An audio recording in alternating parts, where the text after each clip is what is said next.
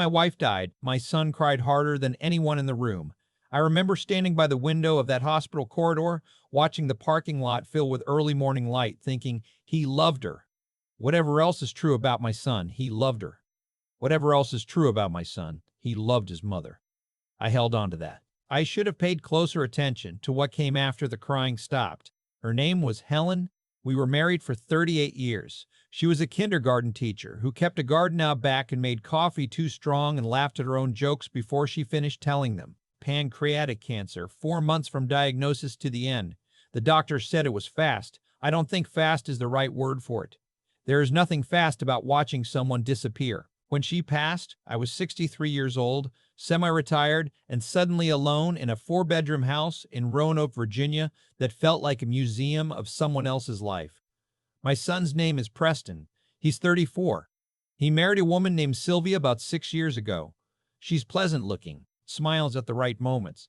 I never disliked her exactly, but I always had the sense when she was in the room that she was doing math in her head. They live about 40 minutes south of me. Nice neighborhood. House bigger than what Preston's income as a regional sales manager would usually support, but Sylvia comes from money, or came from the idea of money, which I'd come to understand is a different thing entirely. In the first year after Helen died, Preston called every Sunday. He'd come by twice a month, sometimes more. He helped me sort through her things. He sat with me through the hard nights around the holidays. I was grateful in a way I didn't know how to say out loud. What I didn't know was that every visit was also an inventory. I own 3 things of real value. First, the house, paid off in 2019, appraised around $340,000. Second, a brokerage account I'd built over 30 years of careful, boring investing, index funds, dividend stocks, nothing flashy. By the time Helen got sick, it had grown to about $610,000. Third, a small commercial property on the edge of town, a strip of 4 rental units I bought in 2004 with an inheritance from my own father. It generates about $3,800 a month. Not a fortune. But for a man of my age, in a city like Roanoke, it was enough. Enough to live on. Enough to leave something behind. Preston knew about all of it. Helen and I believed in being open with our children about finances. We thought it built trust. About 14 months after Helen passed, Preston started bringing up the idea of a trust. Estate planning, he called it. He'd read an article, he said. He was worried about what would happen if something happened to me. What if I had a stroke? What if I became incapacitated? Didn't I want to make sure things were handled properly?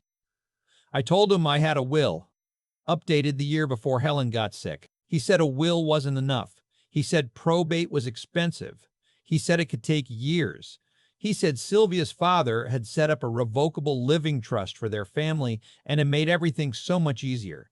I listened. I nodded. I told him I'd think about it. A few weeks later, he arrived on a Saturday morning with a man he introduced as a colleague, someone who did estate planning on the side.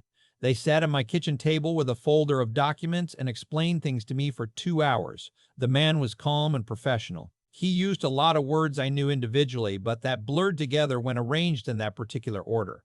I signed some things. I want to be clear about something. I am not a foolish man. I spent 30 years as a structural engineer. I can read blueprints, load calculations, soil reports. I understand systems. But grief does something to your mind that's hard to explain to someone who hasn't felt it. It's not that you become stupid. It's that there's a part of your attention that never quite comes back to the room. Part of you is always somewhere else, listening for a voice that isn't going to speak again. That's the version of me that sat at that table. What I signed was a revocable living trust that named Preston as the successor trustee. As long as I was alive and competent, I remained the trustee and controlled everything. But the document also included a provision for a co-trustee who could act alongside me in the event that I was deemed unable to manage my own affairs. Preston was that co-trustee. I didn't fully understand the implications for another 2 months, and I only found out because of a phone call I wasn't supposed to hear. It was a Thursday in October. Preston had come by to help me clean out the gutters. His idea, not mine. I was feeling well enough to be useful, so while he was up on the ladder, I went inside to get us both a glass of water. The kitchen window was open. They'd forgotten that detail, or hadn't thought about it. He was on his phone. I heard him say, "The co-trustee clause is already in place." Once we have the capacity letter, we don't need him to sign anything. Then just keep him calm and keep him talking. I'll handle the rest from my end. I stood at the kitchen sink and held very still. I set both glasses of water down on the counter without spilling them. I walked back to the back door. I called out that I'd gotten a work call and had to step away for a few minutes. My voice was steady. I surprised myself. I went to the bedroom and sat on the edge of the bed, hell inside, which I still don't sleep on, and I thought about every conversation I'd had with my son over the past 14 months. I thought about how many times he'd asked me if I was feeling tired, if I was having trouble remembering things, if I'd seen a doctor lately. I thought he was worried about me. I'd been touched by it. I thought about Sylvia's smile, the math behind it. I thought about a comment Preston had made in passing a few months earlier, something about how the rental property was underperforming and he knew someone who could help me restructure it. I changed the subject. He hadn't pushed. I thought he'd let it go. He hadn't let it go. I'm not a man who panics, but I am a man who, once he understands the shape of a problem, cannot rest until he's solved it. I made 3 phone calls that afternoon. The first was to an attorney. Not the man Preston had brought to my kitchen table. A different one. A woman named Patricia who had been recommended to me by a friend from church years ago for an unrelated matter. I'd kept her card in a drawer. I told her I needed to speak with her as soon as possible about a trust document I'd signed.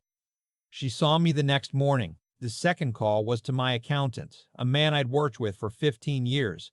I asked him to pull together a complete picture of my assets, account statements, property deeds, everything, and to hold it. He asked if everything was all right. I told him I'd explain later. The third call was to my brother in Charlottesville. He's 4 years older than me, retired military, and the least sentimental man I have ever known. I told him what I'd heard. There was a long pause. Then he said, "I'll be there tomorrow." The attorney reviewed the trust document and confirmed what I suspected. The co-trustee provision was broadly written. If Preston could obtain documentation from a physician suggesting I had cognitive or functional limitations, he could begin acting independently. The clause didn't require a court order. It required a letter. She also pointed out that the trust, as written, gave the co-trustee authority to sell trust assets under certain conditions. The rental property was in the trust. So was the brokerage account. The house was not. They hadn't gotten that far. I asked her what my options were. She laid them out clearly, without drama, the way I like things explained. I could amend the trust. I could revoke the trust entirely and transfer assets back to direct ownership. I could remove Preston as co-trustee. I could do all 3. It would take some time, but it was absolutely possible. I hadn't given anything away. I'd only given him a key that I could still change the locks on. That image, changing the locks, struck me as funny, given the circumstances. I told her to start the revocation process immediately. Over the next 3 weeks, I also did the following. I visited my primary care physician and asked him to document in writing that I was alert, oriented, and showed no signs of cognitive impairment. He seemed slightly puzzled by the specific request. I explained that I was dealing with a legal matter and needed a clear record. He wrote the letter. I moved my brokerage account to a new firm under a new account structure that my attorney helped me set up with a different beneficiary designation. I had the rental property transferred out of the trust and retitled directly in my name, with a transfer on death deed to my brother. I changed my will. I also installed a small audio recorder in the kitchen. I know that might seem excessive. I want to be honest about why I did it. I didn't fully trust my own memory anymore. Not because anything was wrong with me. The doctor confirmed that, but because I had learned that there were conversations happening around me that I wasn't supposed to know about. I wanted a record. I wanted something that couldn't be misremembered or denied. What I recorded over the following month was instructive. Preston visited 4 times. He was attentive and warm. He brought groceries once. He fixed a loose hinge on the back gate. He asked me twice, gently, how I was feeling cognitively, both times framing it as concern, both times watching my answer more carefully than a concerned son would. On his 3rd visit, he mentioned that he knew a doctor who did geriatric assessments, not my regular physician, someone new. He suggested it might give me peace of mind to get a full picture of my health. I told him that sounded like a good idea and that I'd think about it. I did not think about it. On his 4th visit, Sylvia came too. She brought a casserole. She talked about their plans for the holidays. At some point, while Preston was in the bathroom, she said, very casually, very pleasantly, that she'd been looking at some vacation properties and she'd love my opinion on what made a good real estate investment. I told her that in my experience, the most important thing in real estate was knowing exactly who held the deed. She smiled. The math stopped for just a moment.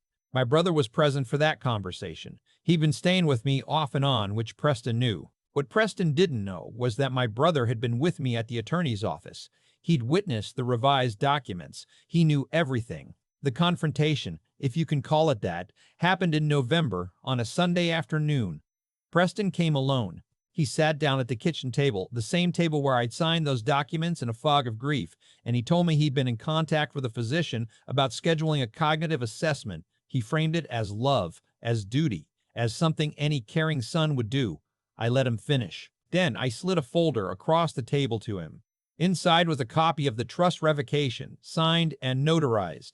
A copy of the new brokerage account, different institution, different name. A copy of the transfer on death deed on the rental property. A copy of the letter from my physician. A copy of my updated will. And a printed transcript of 2 phone calls.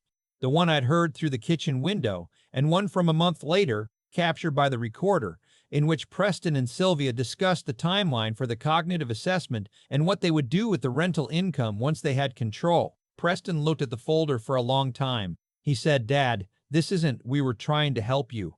I said, "I know what you were trying to do." I told him I wasn't going to involve law enforcement, not yet. I told him that decision would depend on whether anything else came up. I told him I had copies of everything stored in 3 separate places, including with my attorney and with my brother, and that both of them had instructions for what to do if anything unusual happened to me or my assets. I told him that I loved him, that his mother had loved him, that his mother had loved him, that I had spent 38 years building something, and that I intended to be the one who decided what happened to it. Then I asked him to leave. He left. Sylvia called that evening. I did not answer. She left a voicemail that was cordial and confused and ended with something about how they hoped we could all move forward as a family. I saved the voicemail. I always save things now. There's a version of this story where I feel mostly sadness. Some days, that's the version I'm living in. I think about Preston at 9 years old, dragging a too big backpack up the driveway. I think about the way he called Helen on her birthday every year without being reminded. I think about grief and how it can break things that were already fragile and how greed can crawl into the crack. But I'll tell you something else. I also feel clear, cleaner than I felt since Helen died. Because for 14 months, I had been moving through the world with a fog in my chest, and what burned it away was not time or therapy or the advice of well-meaning friends. It was anger. Specific, clarifying, productive anger. The kind that makes you pick up the phone and call an attorney before you've even finished processing what you heard. The rental units still generate $3,800 a month. The brokerage account is intact. The house is mine.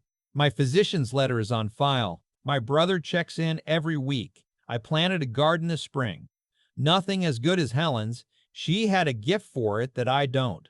But I've got tomatoes coming in and some decent squash and a row of sunflowers along the back fence that she always said she wanted to try. Preston and I have not spoken since November. I don't know if we will. That door isn't locked. But I'm the one holding the key now. My father used to say, "The people who count on you being naive are always the most surprised when you're not."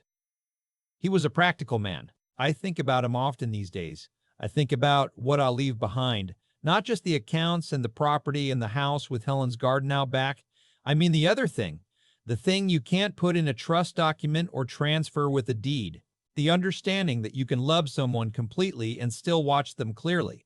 That kindness is not the same as blindness. That surviving something like this with your dignity and your assets and your sense of yourself intact is its own kind of inheritance. I'm 64 years old. I am not confused. I am not fragile. I am not looking for anyone to manage my affairs. What I am is awake.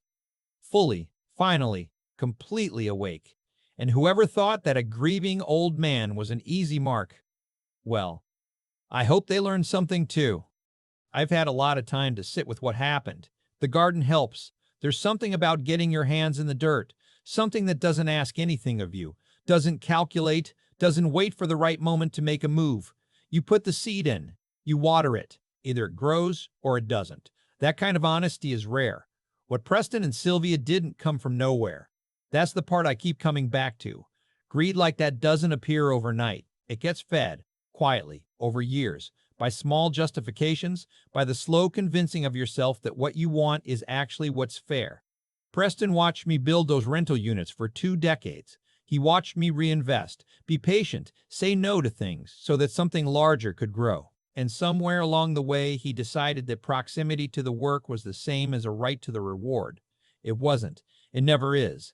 The thing about consequences is that they don't announce themselves. They accumulate. Every conversation Preston had with Sylvia about the timeline, every gentle question about whether I was feeling forgetful, every visit framed as love but functioning as reconnaissance, each one added weight to a structure that was always going to come down. Not because I'm clever, though I'd like to think I'm reasonably sharp for 64, but because things built on deception have no real foundation. You can frame them in legal language, you can dress them in concern, but they don't hold. What I did, picking up the phone, calling the attorney, moving quietly and deliberately, wasn't heroic. It was just what a person with a clear head and enough self-respect does when they understand the shape of the problem. I've always believed that the most important thing you can do in a crisis is not panic and not freeze. Panic makes you loud. Freezing makes you a target. Neither one serves you. What serves you is thinking, sitting still long enough to see what's actually happening, and then moving with purpose. Helen used to say I had too much faith in people. She wasn't wrong. But I think there's a difference between faith and blindness. And the work of a life is learning to tell them apart. You can love someone fully, a son, a person you raised and held and believed in, and still see them clearly when they show you who they are. Love doesn't require you to pretend. That took me 64 years to understand in my bones, not just my head. The rental units still cash flow every month. The brokerage account is intact. The sunflowers Helen always wanted are 6 feet tall along the back fence, and I am, for the first time in a long time, exactly where I intend to be.